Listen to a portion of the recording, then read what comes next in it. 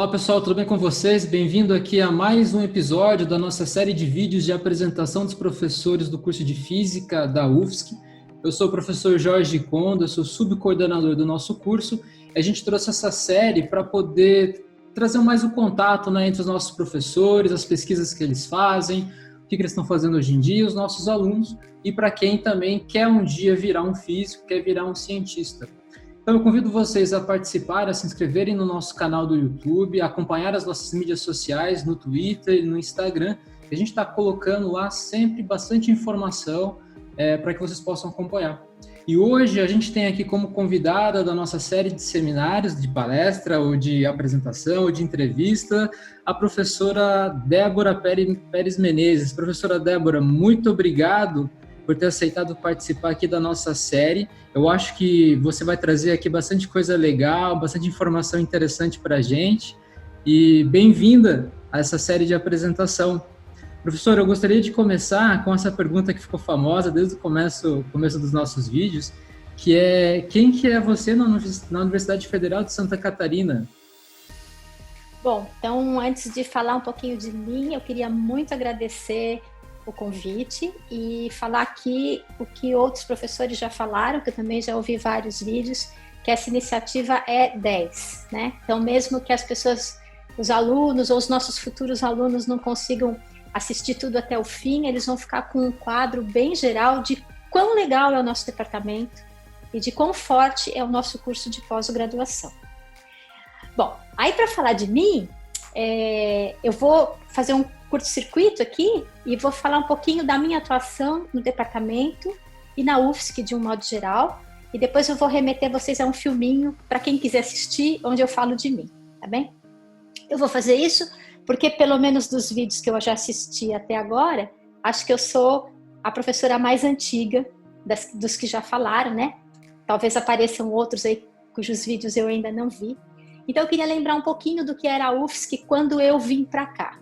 Então, eu fiz o meu doutorado na Inglaterra e depois eu fui direto para a Universidade de São Paulo, onde eu fiquei primeiro com uma bolsa de recém-doutor e depois tive uma bolsa de pós-doc e comecei a dar aulas no Mackenzie e comecei a dar aulas também na USP, por incrível que pareça, de laboratório. E eu tive uma dificuldade enorme de me adaptar em São Paulo, depois de ter morado numa cidade onde eu só andava de bicicleta, eu resolvi sair de São Paulo. Aí comecei a procurar empregos em outros lugares, foi uma época tão ruim quanto a época atual, quase não tinha concursos. Então eu fui primeiro para Campo Grande, aí depois achei que não valia a pena me mudar para lá, eu prestei um concurso na Fundação Getúlio Vargas, passei, quase mudei de área. Talvez se Florianópolis não tivesse surgido na minha vida, hoje eu estaria ainda trabalhando com matemática financeira. Bom, eu vim para a UFSC em 1992, então, isso faz muito tempo.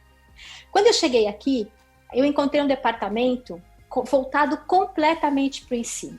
A grande maioria dos professores não tinha doutorado, e eu ainda ouvia aquele discurso no departamento de que os professores com doutorado eram PhDeuses, né? Como se isso minimizar, o fato de ter um doutorado minimizasse a capacitação do professor. Então, de fato, era um ambiente, não era um ambiente ruim, mas era um ambiente voltado único, exclusivamente para o ensino. Tanto que o meu primeiro projeto, assim, que eu sentei para escrever, foi um projeto da FINEP, feito com outros professores do departamento. Um dos que eu me lembro que fez parte foi o professor Wagner Figueiredo, que já se aposentou. E vocês não acreditam, mas eu pedi cadeira para sentar, uma cadeira decente para sentar. E vieram os assessores da FINEP aqui antes do projeto ser... ou durante a avaliação do projeto, né, antes do dinheiro sair, eles me chamaram para falar comigo, para perguntar por que eu queria a cadeira. E aí eu os levei na minha sala, que era literalmente um plano inclinado. A minha sala ficava lá, ela foi demolida, onde ela era, é uma parte que foi demolida, ficam lá os blocos do departamento, e ela era uma sala que começou a ceder, ela escorregava assim, né, então eu tinha que parar minha barriga na mesa para eu não escorregar junto.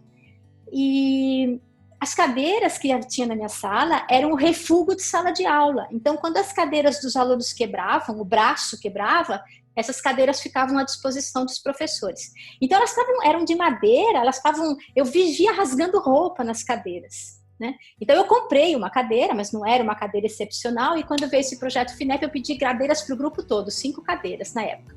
E ganhei! Então vocês imaginarem como era o departamento, né? Que um pesquisador pede uma cadeira para trabalhar e ganha a cadeira da FINEP, né?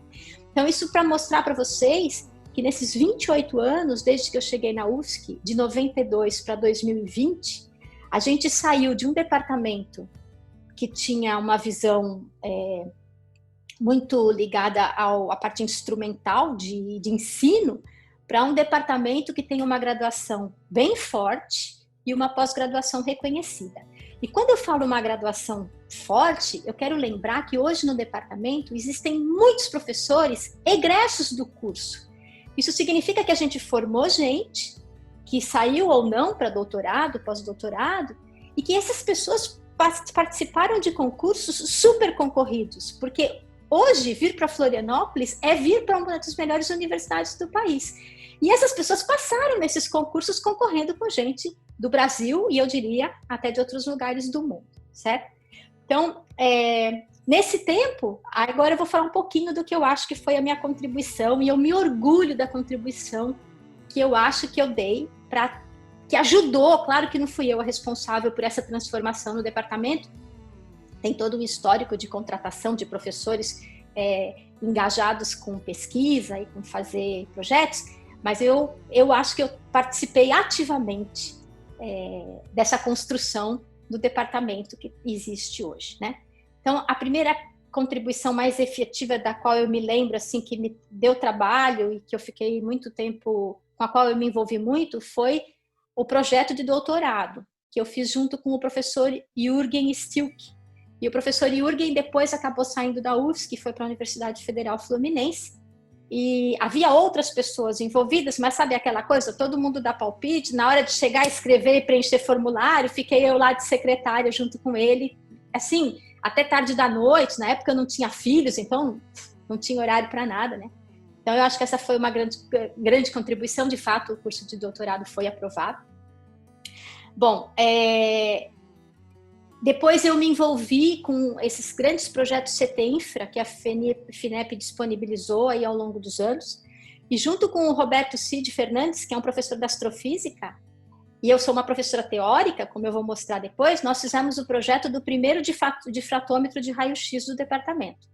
Então, esse difratômetro que tem aí, que vários professores experimentais usam, né, que normalmente é o professor Maduro, quem pilota mais, ele resultou de um projeto que eu ajudei a escrever, né? Na verdade, os experimentais se envolveram um pouco, depois na hora da compra eles se envolveram mais, mas no projeto em si eu ouvi mais críticas do que sugestões.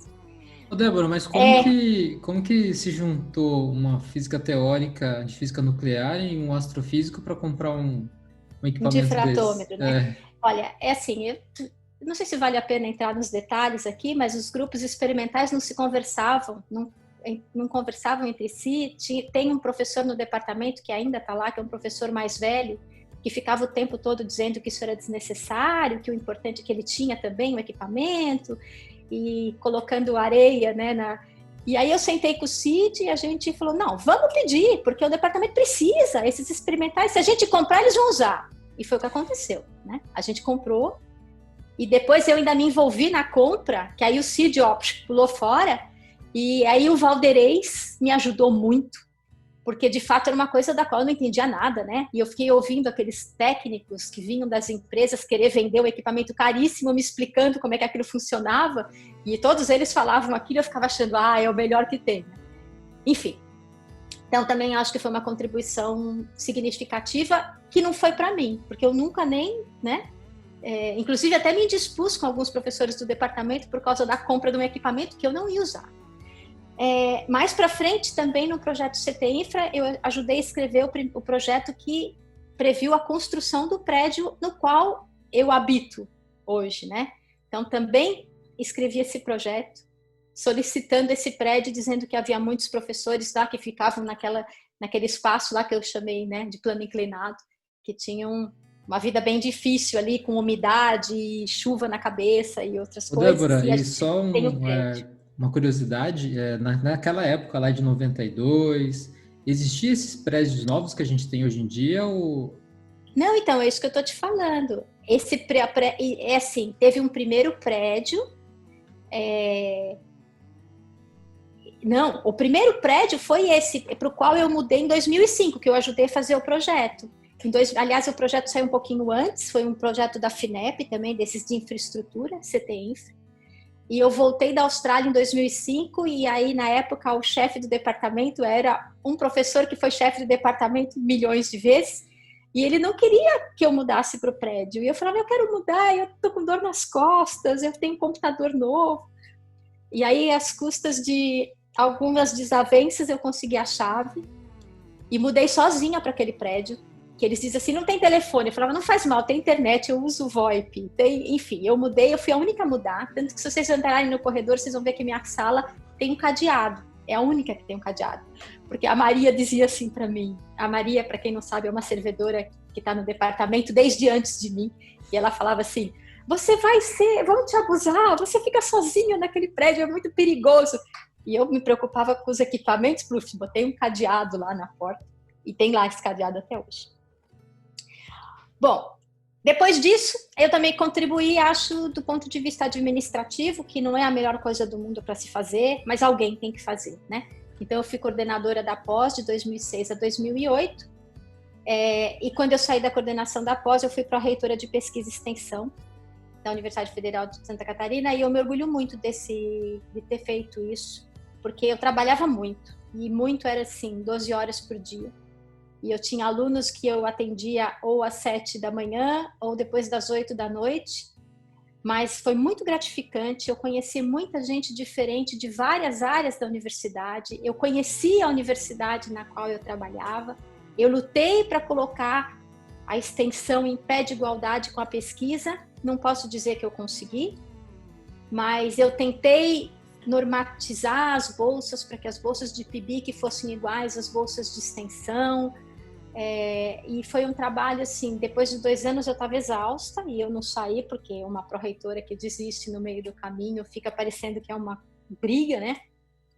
Então eu fiquei lá os 4 anos, mas eu era responsável por organizar a CPEX, que não é uma coisa fácil de fazer, e aí eu tenho que dar todos os créditos a pessoas de outras pró-reitorias que ajudavam e ao professor Nelson Canzian, que na época foi o meu diretor de extensão. Então, eu era pró-reitora de pesquisa e extensão, tinha um diretor de pesquisa, que era o professor Campagnolo, da Engenharia Elétrica, e o pró-reitor de extensão, que era o Nelson. E, enfim, foi um trabalho muito bom. Falando em Nelson, eu queria dizer que eu também, mais ou menos nessa época, mais ou menos coincidente com o momento que eu fui coordenadora da pós e que eu fui pró-reitora, desde 2004 até 2014, eu coordenei um espaço que se chamava Parque Viva Ciência. Depois eu vou mostrar um pouquinho das fotos.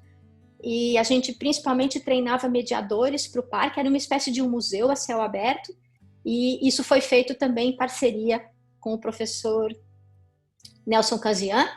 E foi um projeto super bonito, né? Que infelizmente acabou por razões completamente alheias à nossa vontade. Mas ficou aquela sementinha ali de dizer que fazer divulgação científica e treinar os alunos, principalmente da licenciatura, é uma coisa fundamental se a gente quiser ter uma roda que se alimenta, né? E com pessoas que tenham um pouco mais de letramento científico, que infelizmente é o que está faltando aí na nossa sociedade. E a gente colhe os frutos amargos de não ensinar ciência direito no colégio, nem para os alunos de colégio, né? E depois nem na universidade para os médicos. Então, entender o que é metodologia científica e o que é a construção de uma ciência é uma coisa que a gente devia explicar de uma forma constante. E, infelizmente, isso não é feito. Mas eu sempre me esforcei nessa linha também. Então, para concluir essa conversa aí, que eu já falei muito de mim, eu queria dizer que eu tenho muito orgulho de ter tido a oportunidade de contribuir tanto para o Departamento de Física quanto para a Universidade Federal de Santa Catarina. Essa oportunidade me foi dada porque abriram um concurso na época em física nuclear, e aí isso se deveu a 3 professores que estavam ali. Eu acho que a mais responsável por isso foi a professora Marilena, que foi chefe de departamento também várias vezes, mas também havia outros 2 professores que lutaram por essa vaga, que foi o professor, que eram os professores Fred, que depois migrou para o ensino, e o professor Ricardo Marinelli. Então, quando essa oportunidade me foi dada, eu consegui fazer tudo o que eu queria na vida. Eu consegui sair de São Paulo, apesar de eu ter ouvido várias pessoas me dizerem que eu era uma career killer, que eu não devia vir para Florianópolis, e eu consegui construir aqui uma carreira acadêmica bem sólida, mesmo partindo de um começo no qual eu não tinha nem cadeira para sentar. E eu vejo que muitas pessoas vieram no caminho junto comigo, né? Eu citei aqui só alguns nomes, né? O Roberto Cid Fernandes e o Nelson Canzian, o Valderez, professores que também perceberam essa transformação no departamento. Então eu tenho muito orgulho disso e eu fico muito contente quando tem um concurso no departamento e a gente tem um ex-aluno que passa, porque eu acho que isso mostra que a gente faz um trabalho bem feito. Débora, se você me permite fazer mais algumas perguntinhas antes da gente entrar na sua apresentação.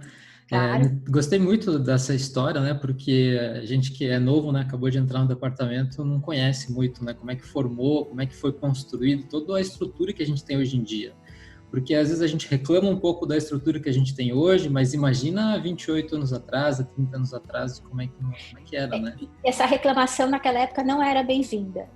Certo? Porque a minha função ali era dar aula, então quando eu reclamava da estrutura de pesquisa, que não tinha impressora, que a cadeira estava quebrada, eu ainda ouvia, ou que eu queria ir para congresso, muitas vezes eu ouvia de novo, né? Ou eu saí para fazer pós-doc outra vez.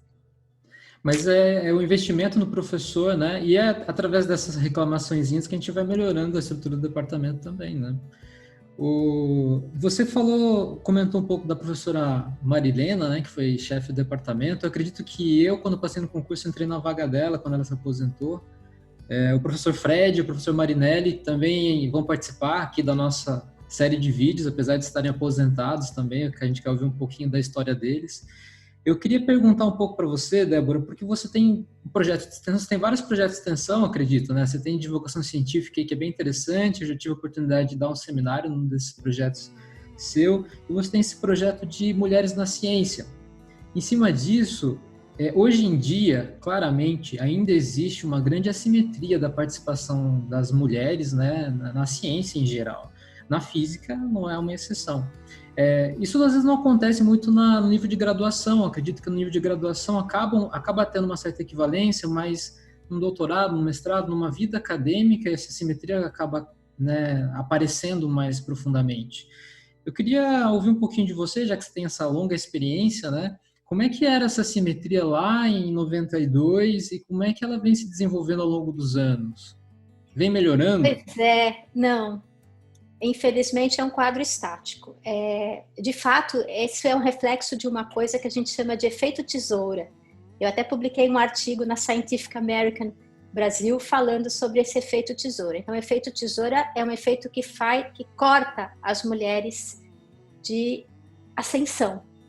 E as físicas em particular. Isso é muito forte na física, né? Até fica aqui já um convite que o meu próximo vídeo no canal Mulheres da Ciência, que vai sair sexta-feira, é sobre o efeito tesoura.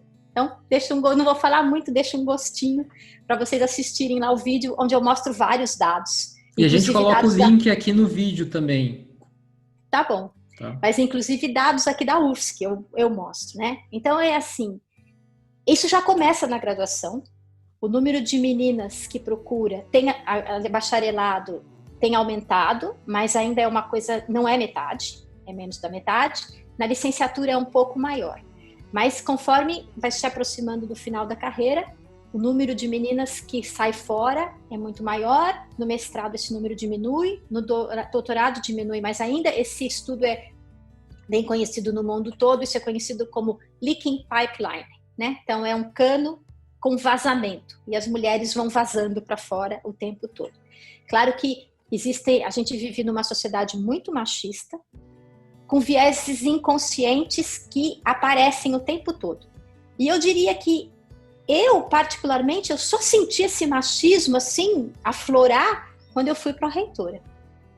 Eu fui a primeira e única pró-reitora do Departamento de Física, e apesar de eu estar sempre aberta para as discussões, eu tentei mexer nas normas, eu tentei discutir várias coisas, no departamento eu só ouvia críticas. Ninguém ia conversar comigo ou me procurar.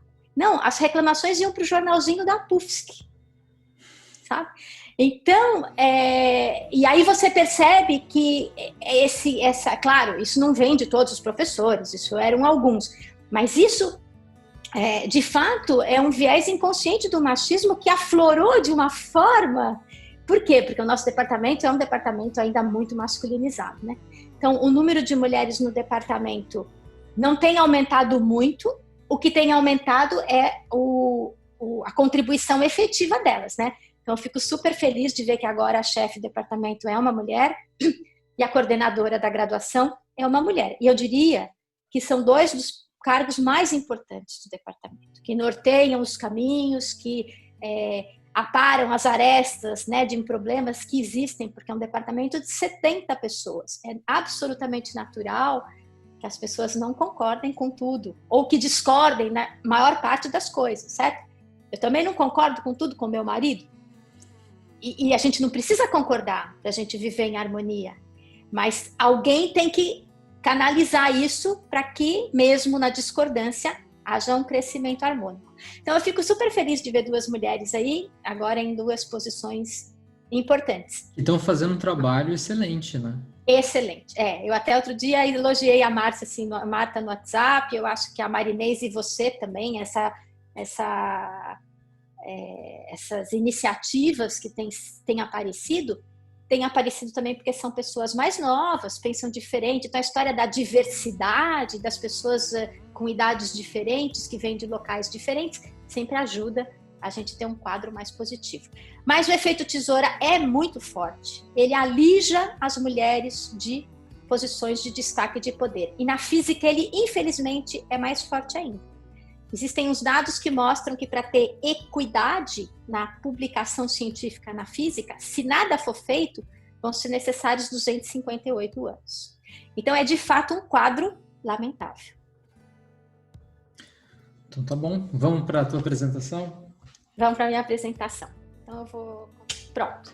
Tá, então é assim, ó, o que eu falei para vocês é que eu não ia falar muito de mim, e aí eu vou fazer uma propaganda aqui do canal Mulheres da Ciência, que é um projeto de extensão do qual eu me orgulho muito, porque apesar de eu mostrar alguns vídeos meus aí, a maior parte dos vídeos não é feito por mim, e as alunas têm se envolvido de uma forma, e elas fazem o roteiro e burilam aquele roteiro, e eu fico super orgulhosa de ver a competência, né, e a dedicação envolvida nessas coisas. Então, quem quiser ouvir falar sobre mim, sobre a minha formação, tal, pode ouvir aí esses 2 vídeos introdutórios do canal Mulheres da Ciência, e aqui no de cima está escrito assim, ó, Mulheres na Ciência 1, e no de baixo está escrito 1 linha. É porque o 1 foi feito numa época em que o canal, a gente não tinha prática em editar, então as coisas não eram muito boas. E agora a gente está caminhando para uma coisa muito melhor, portanto a gente fez esse filme aí que eu chamei de 1 linha, que é o filme lá de apresentação do canal, mas ele é muito mais curto do que o outro, quem tiver interesse pode ouvir lá o filme. Muito bem, o que é que eu faço no departamento, além dessas blá blá blá, né, e de dizer que o departamento é o máximo, que os professores são bem formados? Eu faço física nuclear. Na verdade, eu faço uma física nuclear especial, que é uma física nuclear de altas energias, que é o que a gente chama de física de hadrons, né? Então, eu vou falar um pouquinho aí sobre a física nuclear na nossa vida, o quão importante ela é, e na vida e morte das estrelas, que, aliás, me remete aqui ao meu segundo slide, né? Aí eu vou ler isso em português, mas eu adoro essas frases, e eu tenho um livro que chama Introdução à Física Nuclear, e eu estou fazendo a segunda edição, e ele vai começar com essas frases, né? Então, a primeira delas é o seguinte: quando você olha para o céu à noite, lembre-se que quase tudo que você vê é o resultado de uma reação nuclear. E a outra frase, que é mais conhecida, né? Nós somos feitos de pó das estrelas. Então, a física nuclear é a fonte da nossa existência, né? E das 4 interações fundamentais da matéria, 2 são nucleares. Portanto, a física nuclear tem um papel muito relevante em tudo e na física também. Bom, em especial eu trabalho com física de hadrons. A física de hadrons, ela está entre a física de partículas elementares e a física nuclear, isso em termos energéticos, né? E a gente trabalha com modelos efetivos. Por quê? Porque a solução da física de hadrons depende da solução da interação nuclear forte, que é feita por uma teoria que se chama de QCD, que quer dizer cromodinâmica quântica.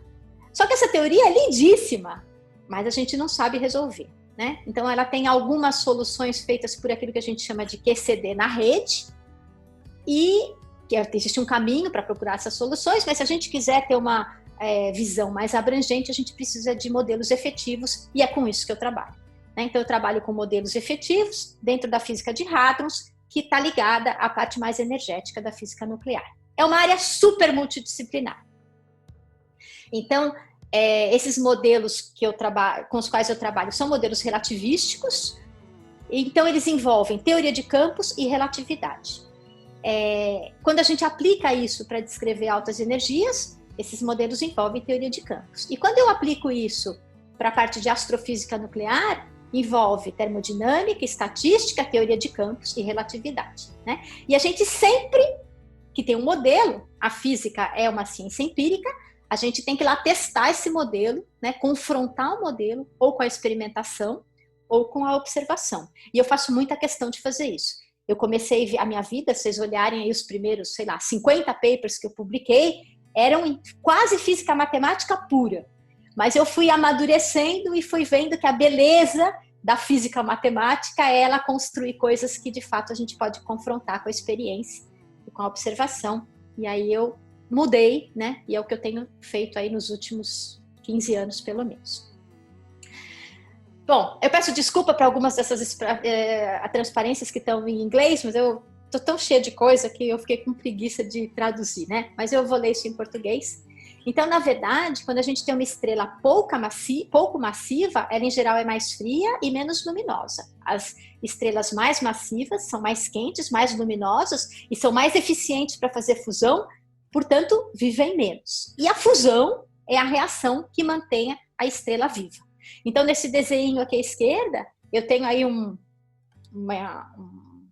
sketch, né? um esboço de uma estrela muito física, né? Redondinha, bonitinha, onde a fusão causa pressão para fora da estrela e manda energia para fora, a gente sabe disso, né? Quando o Sol chega até nós, os raios solares chegam aqui, isso é o resultado da fusão que está acontecendo lá no Sol, e a gravidade que mantém essas estrelas unidas.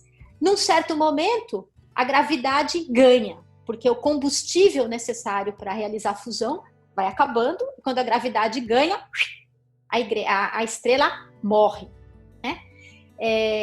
Já vou falar da morte estelar. Antes disso, eu só quero mostrar aqui uma figurinha também de uma estrela, que é uma estrela tipo cebola. Então, na verdade, essa estrela é a cebola mais completa que a gente pode ter, onde a gente começa com uma camadinha de hidrogênio e vai tendo elementos mais pesados até o centro da estrela, cujo elemento mais pesado é o ferro. E a gente sabe disso porque a física nuclear explica que, se eu olhar a energia de ligação, que é essa figurinha que eu estou mostrando, o ferro 56 é aquele pontinho mais alto que tem ali.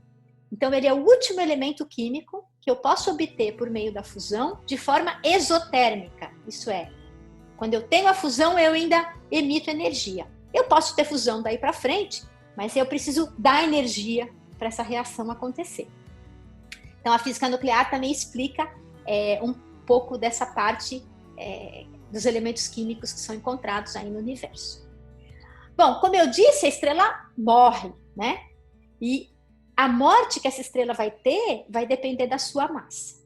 Então, isso aqui é um gráfico que eu tirei da dissertação de mestrado de um ex-aluno meu, que desenhava super bem, tinha feito um curso de design também, e eu gosto muito desse gráfico, eu sempre mostro, né? Então, tem aqui tipo 1, tipo 2 e tipo 3, são os 3 tipos de evolução estelar que pode acontecer, todos eles envolvendo física nuclear no seu começo e alguns deles no final também.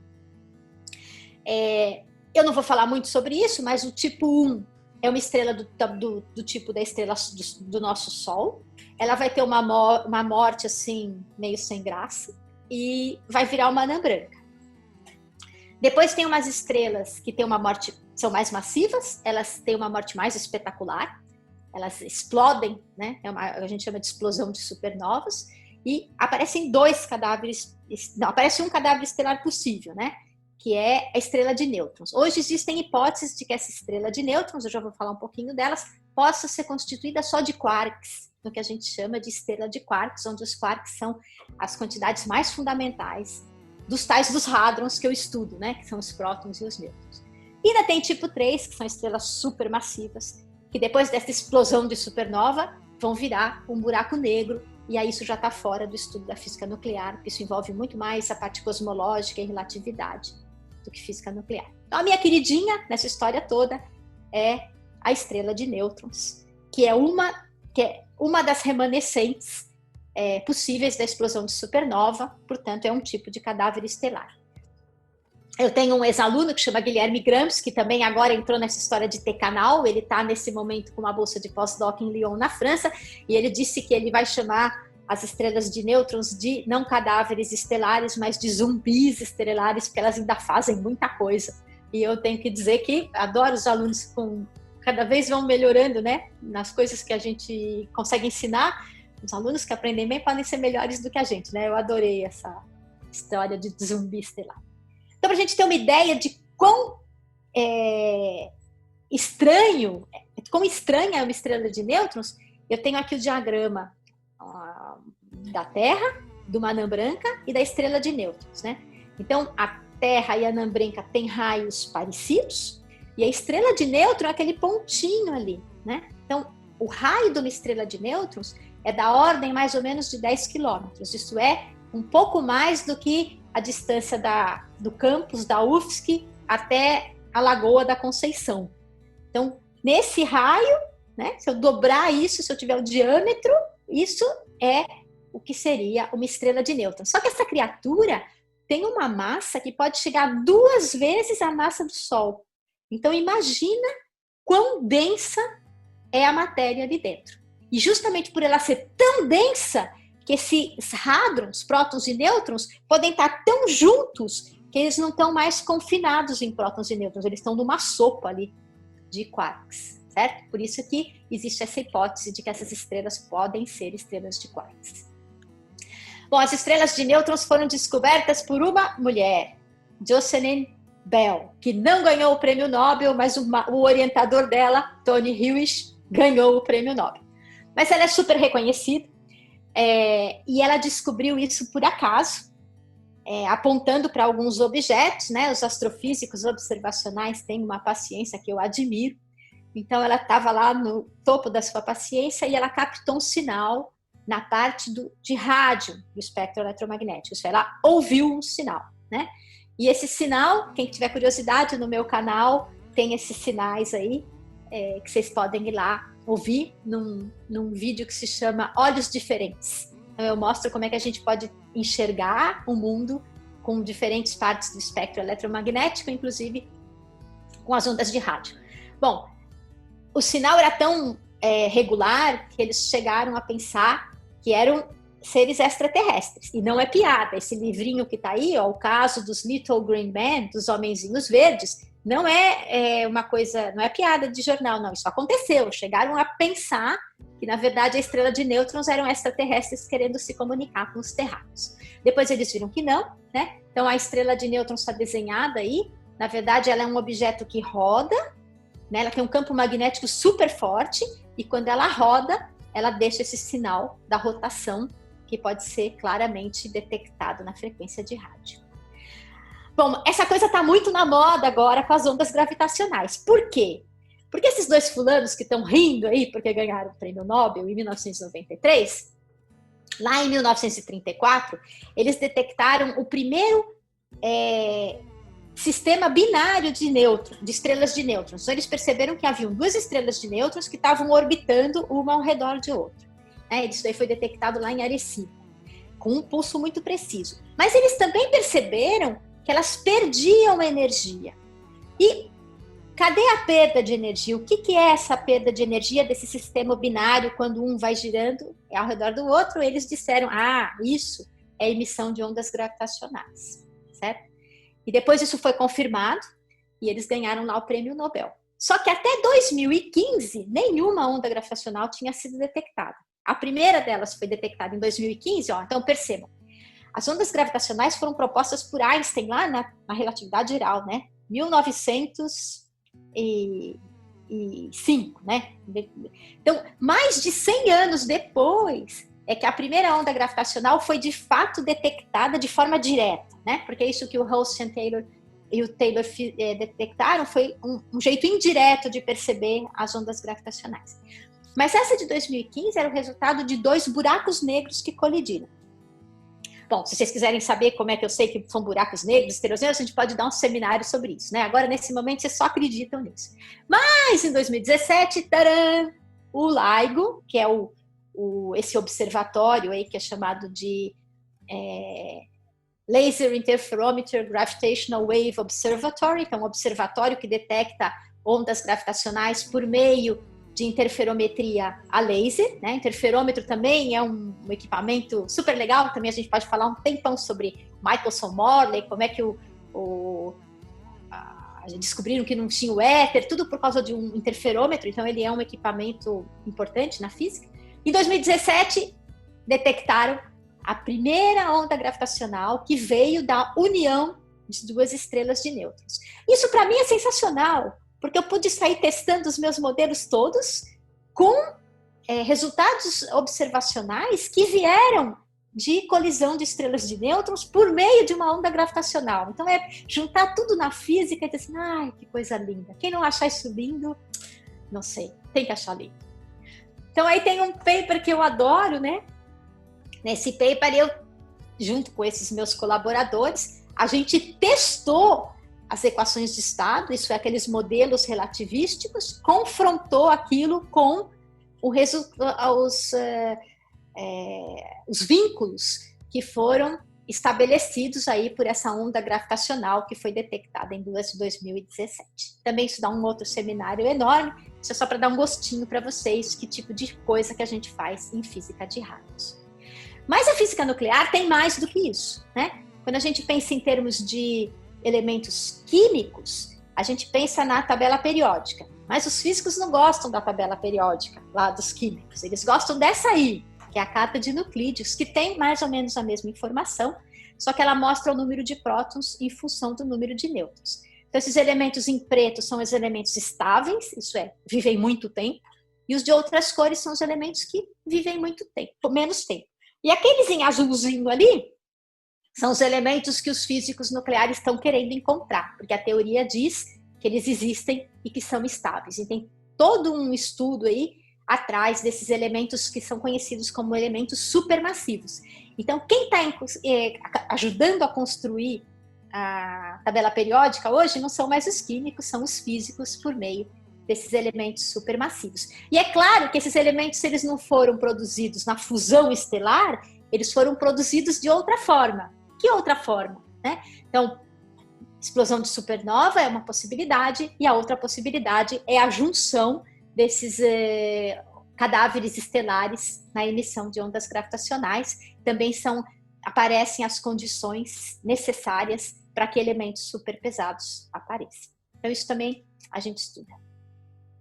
Bom, e aí tem os tais dos hadrons, né? Quem são esses hadrons de quem eu falo tanto? Então, o que eu chamo de bárion é esse que tem 3 quarks aí, que é o cara do tipo próton ou nêutron. São sempre 3 quarks, em geral quarks que a gente chama de quarks leves. Mas tem também os mesons, que são, por exemplo, o pion, né? O meson pi, aquele detectado pelo LATES. O LATES ficou famoso pela detecção de um meson. É um par quark-antiquark. Bom, mas hoje esses laboratórios que fazem colisões de íons pesados encontraram outros fulanos. Eles encontraram as moléculas mesônicas, que também são 4 quarks, encontraram os tetraquarks, percebe que eles têm uma estrutura ligeiramente diferente, e também encontraram os pentaquarks, né? Então, esse tipo de estudo também é abordado na física de hadrons. E aí tem um pouquinho do que se faz nas colisões de íons pesados, né? A procura do tal plasma de quarks e gluons. Tem uma figurinha que eu estou mostrando aqui, porque tem outros professores do departamento que trabalham com isso. Então aqui esse estado inicial são 2 prótons, né? Ou um próton e antipróton. Eles estão essas panquequinhas assim, eles não estão redondinhos, porque eles estão acelerados nesses colisores. Então eles estão contraídos, isso se chama contração de Lorentz. Isso é um efeito da relatividade, né? Então eles vão virar essa panquequinha, eles colidem. E olha que coisa incrível, né? De 2 caras verdes aparecem outras coisas aqui, de outros fulanos de outras cores, pulam lá de dentro. Então, também é um estudo que já está bem no limiar lá da física de partículas, mas que a gente também faz quando a gente estuda física de rádios. Bom, eu falei que eu não queria falar muito, né? Então, eu vou terminar aí dizendo que é muito importante fazer divulgação científica. E desde que eu adquirir maturidade científica, eu comecei a fazer isso. Por que eu falo isso? Porque a gente, quando é contratado no departamento, a gente tem muita coisa para fazer. A gente tem aula para preparar do zero. Nesse momento pandêmico, então, isso é uma confusão, né? A gente está preparando curso após curso, a gente está assim, tentando uma inserção na pós-graduação, escrevendo os primeiros projetos, tudo é feito com menos experiência. Então, é claro que isso demanda mais tempo.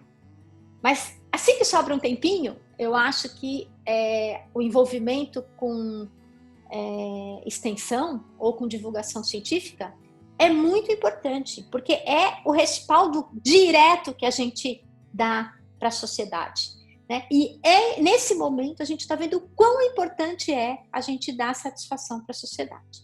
Então o Parque Viva Ciência foi aí esse protótipo de museu de ciências ao ar livre, que eu coordenei junto com o professor Nelson Canzian, e a gente treinava os alunos da licenciatura em física. E naquela época eu estudei o histórico desses alunos e a nota deles, dos que estavam envolvidos no projeto, subiu um monte, porque eles tinham que entender a física básica para explicar para crianças que tinham às vezes 7 ou 8 anos. Então foi um projeto muito legal. Claro que eu não teria feito sem o Nelson, né? O Nelson é 10, inclusive ele chegava aí no final de semana a apertar parafuso das coisas que precisavam ter uma manutenção constante. A gente nem sempre tinha dinheiro para pagar. Então esse projeto não foi o primeiro que eu fiz, mas foi sem dúvida o mais importante. E aí hoje eu tenho esse projeto, além de projetos de divulgação de palestras de divulgação científica propriamente ditas, eu tenho esse projeto aí que chama Mulheres na Ciência, né? E por que eu acho esse projeto tão importante? Uma, porque ele se volta a 2 coisas principais. Letramento científico, então a gente tem vídeos, eu só coloquei aqui as principais coisas, né, de hoje, e aqui 3 vídeos que têm a ver com a minha área de atuação, né, que é física nuclear. Então, doses radioativas, tudo em termos de banana, né? Então, quem vai olhar a proposta é sempre que isso seja claro para o leigo. Então, se eu disser, tem tantos curie, ninguém vai saber quanto é aquilo. Mas se eu disser, isso equivale a você comer 2.000 bananas, que é um elemento radioativo. As pessoas vão saber o que isso significa. Então, tudo nesse vídeo está feito em termos de BED, que é banana equivalent dose, dose equivalente em banana. Tá? Depois tem esse aqui de radiação ionizante de dispositivos eletrônicos, que é uma coisa importantíssima. Quando a gente manda satélite, aí isso tudo está sujeito a uma radiação ionizante enorme. Como é que se faz para proteger isso? Tem um outro aqui, Vida e Morte das Estrelas. E a gente vai começar a ter uma série agora, porque eu estou envolvida com o INCT, de Física Nuclear, e aí o meu canal vai começar a fazer uns vídeos de Física Nuclear para o INCT. Então a gente vai abordar vários assuntos. O primeiro deles acho que vai ser sobre arqueometria, não percam, né? Quem nem sabe o que é arqueometria, não perca o filme para saber o que é. Mas enfim, então esse canal, a ideia é abordar letramento científico, então tem vídeos assim, por que o céu é azul? Todo mundo devia saber por que o céu é azul, pelo menos todo mundo que chegou no ensino médio. Mas eu aposto uma paçoca que tem metade dos nossos alunos na graduação do primeiro ano não sabem por que o céu é azul, certo? Então tem coisas assim, bem básicas, e tem coisas mais sofisticadas, né? Tem depoimentos e tem muitas coisas ligadas à problemática da mulher. Então é um vídeo, os vídeos são voltados para letramento científico, divulgação científica de alguns assuntos mais de ponta, e sempre feitos por mulheres, protagonizados por mulheres. porque para lutar contra esse estereótipo de que as mulheres são menos capazes do que os homens. Elas não são menos capazes, elas só são cortadas da carreira por causa do efeito tesoura. E aquelas que passam nessa peneira são umas megérias, horríveis, mal educadas, mal-humoradas, querem mandar em todo mundo. Os homens não, são santos, certo? Quando eles fazem é porque eles são assertivos, eles estão coordenando bem, que é a função. Quando a mulher faz, ela é mandona. Então, esse estereótipo é uma coisa que atrapalha muito o dia a dia. Claro, algumas se importam menos, como eu. Eu me ressenti de algumas coisas, mas outras desistem, certo? Então, é uma coisa que a gente tem que lutar para diminuir. E quando a gente enxerga um problema, a forma mais eficiente de lutar contra o problema é olhar para ele de frente e não fingir que ele não existe, né? Esse problema existe, ele permeia a nossa sociedade e permeia a física de uma forma brutal. Então, fica o convite para vocês conhecerem o canal Mulheres da Ciência. Temos filmes incríveis ali dentro. Tem uma menina que bom, agora ela ganhou uma bolsa, mas ela foi voluntária por 1 ano. O canal começou em setembro do ano passado, que chama Gabriela Gauch, que é uma aluna da licenciatura, que com certeza vai ser uma profissional brilhante, porque ela está envolvida com essa parte do letramento científico desde o começo da formação dela. Então, o que eu ia falar é isso. Falei muito já. Obrigada. Professora Débora, muito obrigado. Eu que agradeço a sua apresentação aí, foi bem legal, bem esclarecedora. Eu posso te fazer algumas perguntinhas rápidas, se você me permitir? Não sei se eu vi direito, mas, por exemplo, o eixo do spin da estrela de nêutron e o eixo do campo magnético, eles não são alinhados? Não, que nem na Terra, né? O eixo de rotação e o eixo de campo magnético não são os mesmos. Entendi. Interessante. Uma pergunta um pouco mais... Eu acho que eu perguntei isso, inclusive, para o professor Alexandre, que falou um pouquinho sobre física nuclear também, e ondas gravitacionais. A gente tem essa detecção das ondas pelo LIGO e pelo Virgo, né, nos últimos anos, que foi assim, um acontecimento grande em física. Tem esses detectores que são esféricos, que medem... Schoenberg. Exatamente, o detector Mário Schoenberg da UFSC. Você sabe como é que está, se ele está funcionando, se ele vai funcionar? Tem previsão? Ele era da USP, se não me engano, foi levado para o INPE. O problema é que essas ondas gravitacionais, elas são, imagina, minúsculas, certo? Então, a sensibilidade para detectá-las tem que ser muito grande.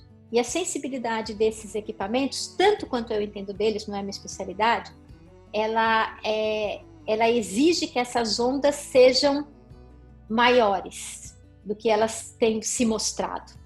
Então, ainda tem gente tentando melhorar a captabilidade disso no Schoenberg, mas eu tenho a impressão que as expectativas estão diminuindo. Agora, em função das ondas que têm sido detectadas no LIGO e no Virgo, eu acho que o Mário Vai ser o caminho vai ser interferometria. Vai ser o caminho interferometria. Eu acho que eles não estão botando muita fé que alguma coisa aconteça nesses detectores esféricos. Mas, de novo, não é minha especialidade, né? Então, isso que eu sei é de ler finzinho de artigo quando as pessoas falam desse assunto. Esse assunto já veio em alguns vídeos, eu acho que eu vou convidar alguém do Mário Schoenberg para poder falar um pouco para a gente sobre isso. Acho que valia a pena. Você falou também sobre esses old hadrons, né, os velhos hadrons, os novos hadrons, tetraquarks, pentaquarks, isso já foi medido nos aceleradores? Foi, tem sido. Aliás, o pentaquark tem uma história super interessante. Em 2004, se não me engano, 2003, por aí, eles foram detectados no Japão, por acaso, né? E aí, físico teórico saiu fazendo conta, né? Eu também. Eu tenho até um paper que quase eu tirei do meu currículo depois, mostrando como que era a função de onda dos pentaquarks. Só que aí um pessoal que trabalha com regras de soma na QCD, que é uma coisa mais específica, mostrou que não era possível a existência dos pentaquarks daquele jeito. Aqueles pentaquarks eram 5 quarks leves, certo? 5 quarks do tipo UDIS. E de fato, os laboratórios foram atrás de confirmar a medida e caiu por terra. Aquilo tinha sido um engano, né? Então, os papers foram revisados, teve erratas, teve papers que foram retirados e tal. Agora, em 2013, se não me engano, não, menos do que isso. Bom, sei lá, um tempinho atrás, eles foram de novo detectados, né? Só que agora, esses pentaquarks são diferentes, e esses sim são corroborados pela teoria. Eles são 3 quark leves e um par quark antiquark pesado lá dentro. Em geral é o Charme, CC barra, certo? Então, são caras que estão aí, eles são Então, numa escala de energia decaem, maior, então, do que isso, e decaem. Então, numa outra escala de energia, exatamente. Essas regras de soma da QCD levam exatamente esse tipo de coisa em consideração. Mas estão detectados. E aí tem essa parte das moléculas hadrônicas, né, e os tetraquarks. Talvez a pessoa mais próxima no departamento para falar sobre isso seja o Emmanuel. Emmanuel. Né? O Emmanuel, como ele gosta de ser chamado. Eu acho que ele é a pessoa mais próxima aí desse assunto, que pode falar para você sobre isso com mais propriedade aí do que eu. Tá. Professora, para a gente poder finalizar, levando em conta aí todo esse seu trabalho, né, com as mulheres na ciência, e além disso também, né, claro, o que você tem alguma dica, o que você diria assim, tanto para as nossas novas alunas que acabaram de entrar na universidade, né, fazer física, estão encarando aqui física 1, física 2 de modo online ainda, que não é o que a gente costuma ter, né? Talvez você seja uma boa pessoa para dar alguma motivação para a gente e também para nós, os novos professores, né, que estão entrando aqui nesses últimos anos e vão continuar aqui, levando esse departamento para os próximos anos. Tem algumas palavras aí boas para a gente? Acho que a melhor coisa que eu posso dizer é uma coisa que eu ouvi do Walter Greiner. Walter Greiner era bom, se vocês forem na biblioteca, tem vários livros dele lá, né? Então era um físico bem conhecido na Alemanha, foi chefe lá de um departamento. Ele criou o FIAS, que era o Instituto de Estudos Avançados ligados à Universidade de Frankfurt. E ele me deu um livro, e nesse livro ele fez uma dedicatória dizendo assim: a física é a rainha das ciências. E eu acho que se você se apaixonar por aquilo que você faz, não há nada que possa tirá-lo do caminho. Né? Então, fazer física é uma coisa muito legal. E aí meu marido sempre ri quando eu falo fazer física. Ele falou: o que quer dizer fazer física? Né? Então, eu acho que estudar essas coisas todas, perceber as conexões que existem, né? O fato de que as teorias que explicam lá a física do estado sólido também explicam a física atômica e a física nuclear. É claro que a gente vai percebendo essas coisas com o passar do tempo, né? Com a maturidade. Mas acho que a física é muito linda. Então, tanto para os nossos novos professores, quanto para quem está entrando, independente de serem meninas ou meninos, é um caminho super legal. E a gente precisa de cientistas. A gente precisa muito de cientistas, né?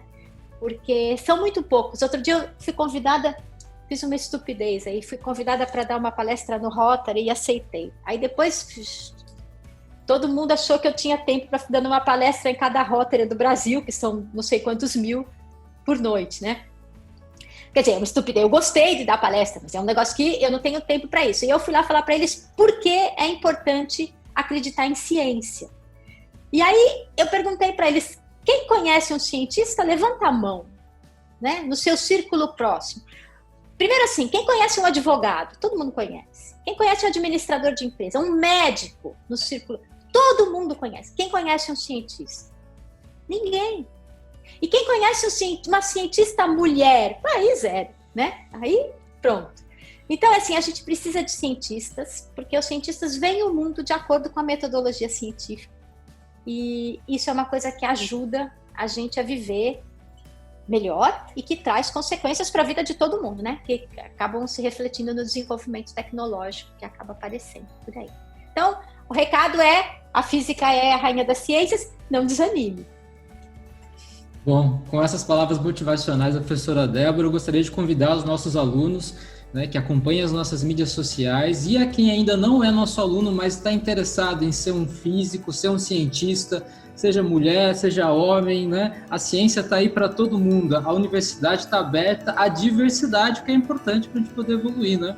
Com isso também eu gostaria de agradecer novamente a professora Débora. Muito obrigado pela sua participação, Débora. A gente sabe que você é bastante ocupada aí, tem milhares de projetos, faz bastante coisa.